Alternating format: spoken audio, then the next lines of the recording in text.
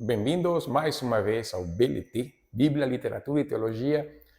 Estamos falando do Sermão do Monte, das Bem-aventuranças, e agora vamos falar sobre o capítulo 5 de Mateus, no verso número 6, quando fala de Jesus: bem-aventurados os que têm fome e sede de justiça, porque eles serão fartos.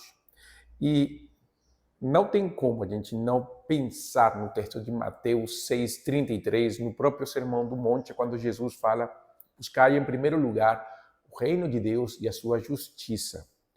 E ali nós temos que pensar, na fome e na sede. Um problema que na época de Jesus era um problema seríssimo, muito mais do que nós temos agora: problema de fome, problema de sede, problema da seca, o problema que nós temos muitas vezes com a falta de água para consumo, por múltiplos fatores. Mas na época de Jesus era pior.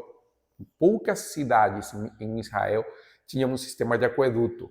Sabemos, pelo escrito da Bíblia e pelo registro arqueológico recente, que o rei Ezequias construiu um aqueduto em Jerusalém, mas muitas das cidades precisavam de poços artesianos para o consumo de água.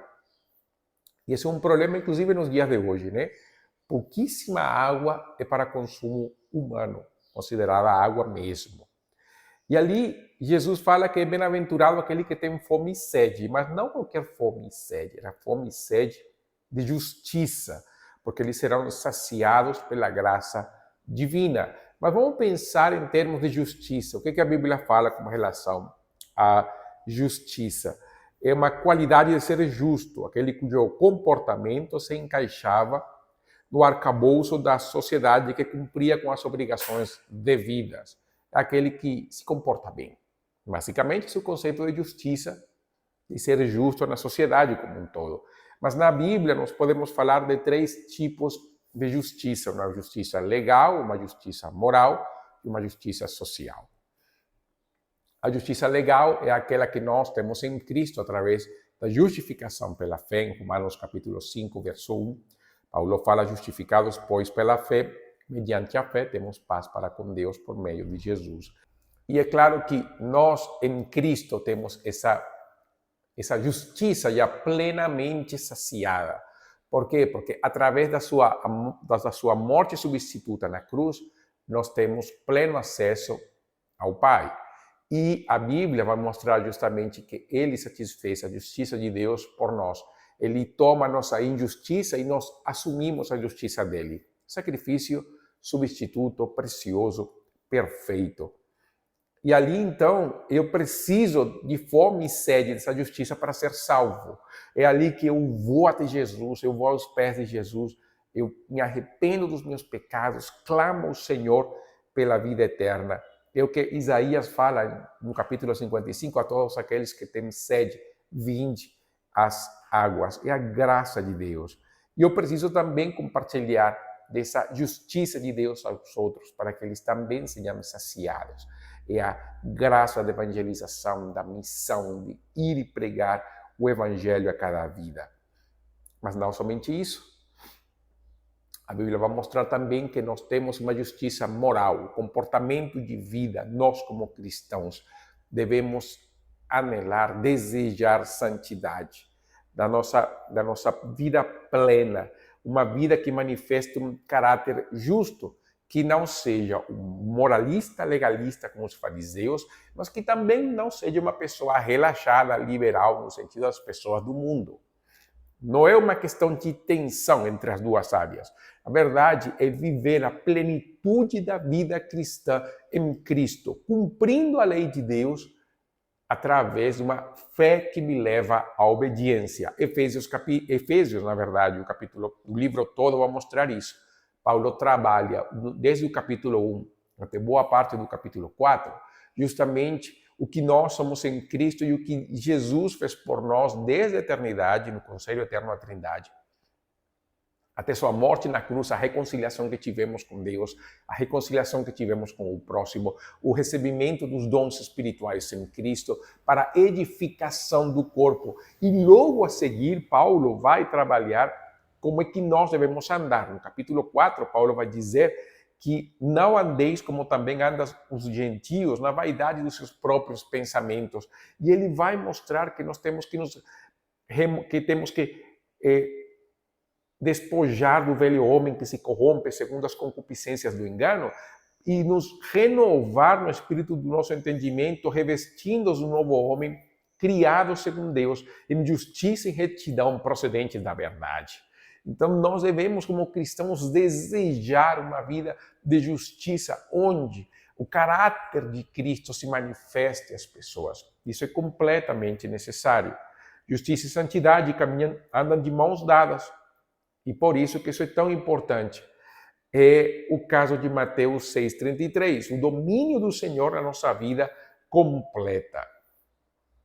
Por isso que nós não podemos simplesmente abraçar o pecado e justificar o pecado por causa de que nós somos assim. Na verdade, se alguém está em Cristo, é nova criatura e as coisas velhas passaram. Então, o pecado, infelizmente para nós, mas na verdade, infelizmente para nós, o pecado não se torna uma desculpa. Infelizmente para aqueles que insistem no pecado, felizmente para aqueles que encontram o perdão e a graça no grande amor do Senhor. Mas eu falei também da justiça social, e é como fala John Stott, é a busca pela libertação do homem da opressão, junto com a promoção dos direitos civis. O cristão está empenhado em sentir fome de justiça em toda a comunidade humana para agradar um Deus justo. O cristão, o que é isso? O cristão vive justamente para que o princípio do reino de Deus, a justiça, da paz e da alegria, se transforme a sociedade através da pregação do Evangelho. O que nós vemos ao longo da história é justamente que quando o Evangelho chega numa sociedade, há transformações profundas que começam dentro das bases da sociedade e ela vai mudando a conduta e comportamento da sociedade para que ela possa refletir então o caráter do Senhor. Quando isso acontece, quando realmente isso acontece, há justiça na sociedade. Por quê? Porque vivendo no temor do Senhor, nós vamos amar a Deus e vamos amar o próximo. E se nós amamos o próximo, o que Paulo vai dizer aos romanos? Eu cumprir a lei. Se eu amo o próximo, eu vou fazer tudo o que for possível para que esse próximo também ele viva uma plena vida em Deus. Fazendo isso, a nossa sociedade fica mais justa. E essa é a grande questão.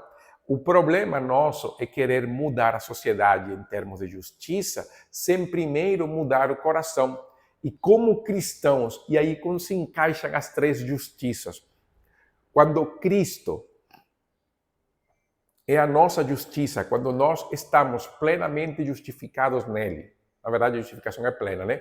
Mas quando nós entramos em Jesus e somos justificados nele, nós vamos desejar uma vida de justiça e santidade, mas não fica somente reservada para nós. Nós queremos que toda a sociedade viva isso, percebe como é a fome e a sede de justiça. Justificados em Cristo, eu quero viver plenamente para o Senhor. E fazendo isso, eu quero que outros também vivam essa plenitude de vida em Cristo, através da justiça que nos foi dada pela cruz do Calvário, pela reconciliação. E nós vamos ver isso, que nós temos que pensar no papel da igreja e dos indivíduos dentro da sociedade. Nós não somos salvos simplesmente para viver ou viver na contemplação da glória. Isso é completamente necessário, mas essa contemplação da glória me leva a perceber a necessidade que o mundo tem de Jesus. Se a contemplação da glória de Deus não me leva a esse peso de necessidade de levar o Evangelho, eu ainda não contemplei Deus do jeito que a Bíblia fala. E eu preciso, então, mergulhar na palavra de Deus para isso. E muitas das vezes, sozinhos, nós não vamos conseguir isso. Mas a igreja, o ministério da igreja, pode trabalhar em função disso. De muitas e muitas maneiras, conforme a multiforme graça de Deus. E Jesus vai dizer que eles serão fartos.